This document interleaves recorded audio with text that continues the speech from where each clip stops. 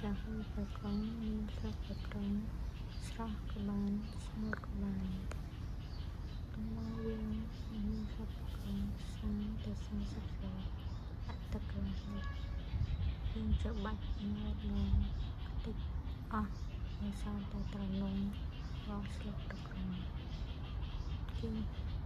ដាក់កន្ត្រងច្រោះជាកាកចេញយើងទុកឲ្យកក 3-4 ម៉ោងនោះយើងបានប្រក្រងចាស់មួយមានរសជាតិឆ្ងាញ់គ្មានរសជាតិក្រពុលគ្មានធំក្លិនអ្នកដែលក្តៅឧស្សាហ៍ក្តៅខ្លួនញ៉ាំប្រក្រងក៏ត្រជាក់ខ្លួនទឹកមិនចាប់ញ៉ាំថ្នាំប៉ានោះទេខ្ញុំអរគុណទូចាស់មួយប្រក្រងមានស្លឹកប្រក្រងស្រស់ក៏បានស្ងួតក៏បានតំងយើងមានស្លឹកប្រក្រង30 ទៅ40 ស្លាបដាក់ទឹកកន្លះលីត្រយើងច្បាច់ងត់ងងខ្ទេចអស់នៅសល់តែត្រនំរបស់ស្លឹកប្រក្រងយើងដាក់កន្ត្រងច្រោះជាកាកចេញយើងទុកឲ្យកក 3-4 ម៉ោងនោះយើងបានប្រក្រងចាស់មួយមានរសជាតិឆ្ងាញ់គ្មានរសជាតិក្រពុលគ្មានធំក្លិនអ្នកដែលក្តៅឧស្សាហ៍ក្តៅខ្លួនញ៉ាំប្រក្រងក៏ត្រជាក់ខ្លួនទឹកមិនចាប់ញ៉ាំថ្នាំប៉ានោះទេខ្ញុំអរគុណទូចាស់មួយប្រក្រងមានស្លឹកប្រក្រងស្រស់ក៏បានស្ងួតក៏បានតំងយើងមានស្លឹកប្រក្រង30 ទៅ40 ស្លាបដាក់ទឹកកន្លះលីត្រយើងច្បាច់ងត់ងងខ្ទេចអស់នៅសល់តែត្រនំរបស់ស្លឹកប្រក្រងយើងដាក់កន្ត្រងច្រោះជាកាកចេញយើងទុកឲ្យកក 3-4 ម៉ោងនោះយើងបានប្រក្រងចាស់មួយមានរសជាតិឆ្ងាញ់គ្មានរសជាតិក្រពុលគ្មានធំក្លិនអ្នកដែលក្តៅឧស្សាហ៍ក្តៅខ្លួនញ៉ាំប្រក្រងក៏ត្រជាក់ខ្លួនទឹកមិនចាប់ញ៉ាំថ្នាំប៉ានោះទេខ្ញុំអរគុណយើងច្របាច់ជាហួយប្រក្រងហើយយើងត្រង់ចម្រោះដាក់កន្ត្រងយកកាត់ចេញ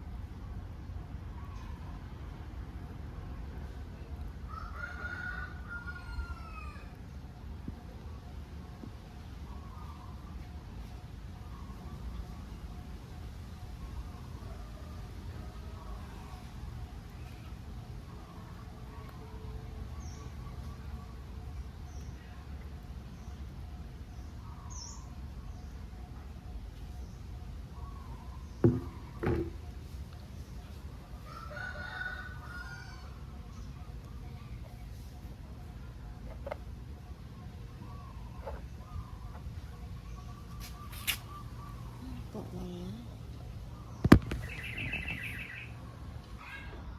យើងច្របាច់ជាហួយប្រក្រងហើយយើងត្រង់ចម្រោះដាក់កន្ត្រងយកកាត់ចេញ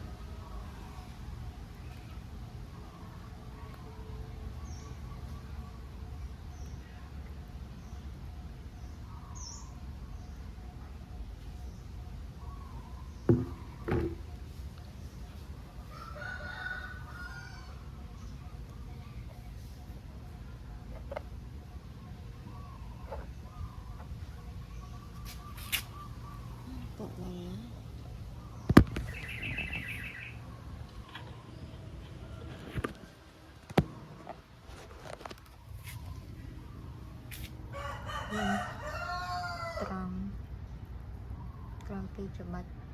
ស្លឹកប្រកងហើយយើងត្រង់យកកាក់ចេញ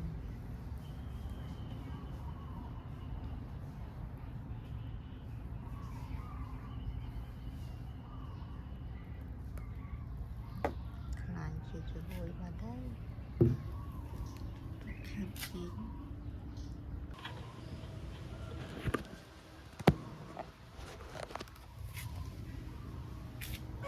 យើង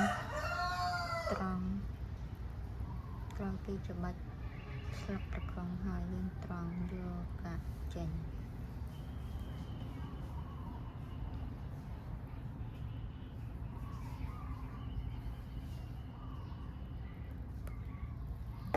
ខ្លាញ់ជាជួយបាត់ហើយខាត់ជីក្រោយពីច្របាច់ស្លឹកប្រកងមកហើយដោយសារតែតនំកដាយើងយកត្រនំកដាចេញហើយយើងច្រោះហើយកញ្ច្រែងច្រោះឲ្យមកច្រោះឲ្យអស់កាហើយយើងដាក់ទុកចោលមួយម៉ោងក៏ចាជាចាស់ប្រកងជាបង្អែមរបស់ខ្មែរដែលស្អាតឆ្ងាញ់រសជាតិឆ្ងាញ់មានក្លិនមានសារធាតុគីមីធម្មជាតិចំហុយមិនក្រំប្រកងឆ្ងាញ់របស់ខ្មែរមានធម្មជាតិក្រោយពីច្របាច់ស្លឹកប្រកងមកហើយដោយសារតែតនំកដាយើងយកត្រនំកដាចេញហើយយើងច្រោះហើយកញ្ច្រែងច្រោះឲ្យមកច្រោះឲ្យអស់កាហើយយើងដាក់ទុកចោលមួយម៉ោងក៏ចាជាចាស់ប្រកងជាបង្អែមរបស់ខ្មែរដែលស្អាតឆ្ងាញ់រសជាតិឆ្ងាញ់មានក្លិនមានសារធាតុគីមីធម្មជាតិចំហុយមិនក្រំប្រកងឆ្ងាញ់របស់ខ្មែរមានធម្មជាតិវិធីធ្វើចាហួយប្រកងមានវិធីស្លឹកបតង30សន្លឹកទឹកកន្លះលីត្រយើងច្របាច់ប្រកង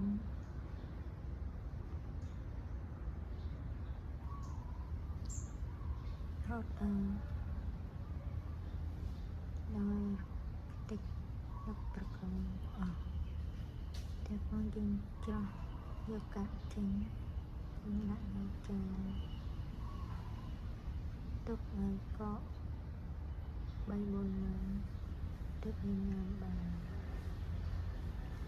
ប្រកងខ្មែរធម្មជាតិមានស្លឹកបន្ទះធំ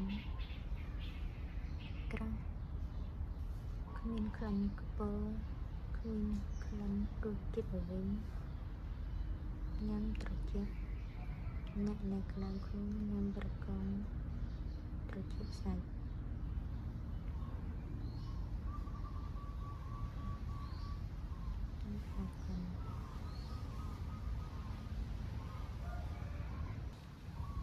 វិធីធ្វើចាហួយប្រកងមានវិធីស្លឹកបតង30សន្លឹក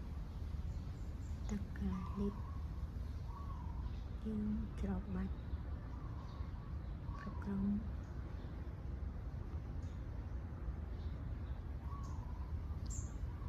រត់ដោយតិចទឹកប្រកងអស់តែផងយើងច្រោះយកកាក់ចេញយើងដាក់នៅចានទុកឲ្យកក3-4ម៉ោង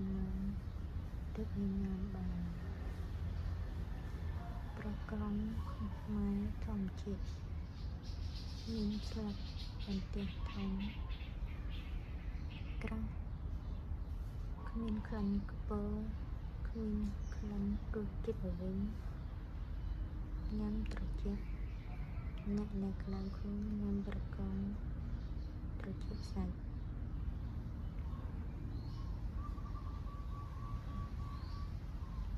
ថាកិន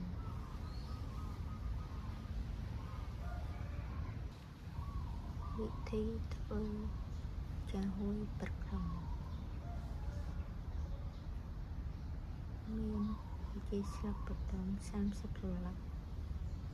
ទឹកកាលីត្រយើងច្របាច់ប្រក្រុង